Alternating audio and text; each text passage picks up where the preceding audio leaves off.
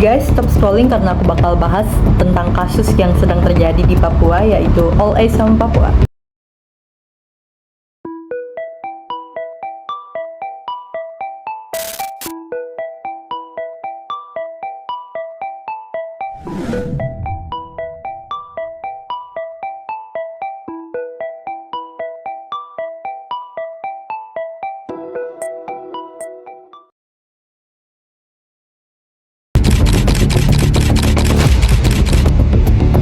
Pembangunan sawit di Papua Selatan mulai menimbulkan banyak pertanyaan penting.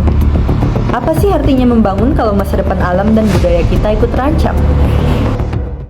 Di tempat kami itu ada terancam oleh perusahaan atau investasi perusahaan perkebunan kelapa sawit. Padahal ini pelanggaran HAM, kami ini korban pelanggaran HAM. Ini hak kami, hak mutlak. Di Kabupaten Mapi, PT Indo Asiana Lestari mendapatkan izin konsesi sebesar 39.000 hektar atas perkebunan kelapa sawit. Sekilas ini terlihat seperti langkah maju bagi ekonomi. Tapi kalau kita selami lebih dalam, ini bukan sekedar lahan kosong. Ini rumah loh, rumah bagi masyarakat adat yang sudah tinggal di sini selama ratusan tahun. Kami para perempuan yang ada di seluruh tanah Papua, kami merasa terancam. Saya tidak punya sumber kehidupan yang lain, sebab saya hidup dari tempat saya, dari tanah saya, dari alam yang ada di sana, hutan saya, itu yang saya hidup dari situ. Saya ini karena saya tidak boleh dirampas atau diambil oleh perusahaan. Hutan bagi mereka lebih dari sekedar tempat tinggal. Di sini, alam adalah sumber kehidupan, makanan, obat-obatan, dan bahan untuk kehidupan sehari-hari. Bahkan, ritual adat dan tradisi mereka terhubung erat dengan alam. Hutan ini juga menyimpan keanekaragaman hayati yang sangat kaya dan membantu menjaga ekosistem agar tetap seimbang.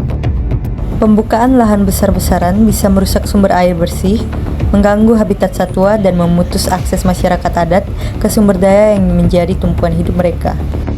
Apakah suara masyarakat adat sudah benar-benar didengar dalam proyek ini?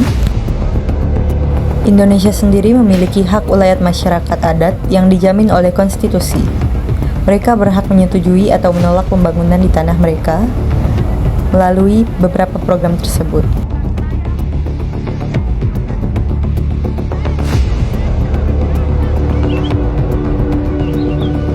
Kalaupun mereka menyetujui, manfaat ekonomi harus dibagi secara adil, dengan tetap memastikan lingkungan tetap terjaga. Jadi, apa langkah terbaik kita ke depan? Dialog terbuka dengan masyarakat adat sangat penting. Pemetaan wilayah adat secara partisipatif bisa membuka jalan untuk menemukan solusi bersama. Alternatif seperti ekowisata atau hasil hutan non-kayu bisa jadi pilihan yang lebih ramah lingkungan dan menghargai budaya lokal. Pembangunan bukan cuma soal kecepatan, tapi soal keseimbangan. Bukan cuma untuk hari ini, tapi untuk generasi mendatang.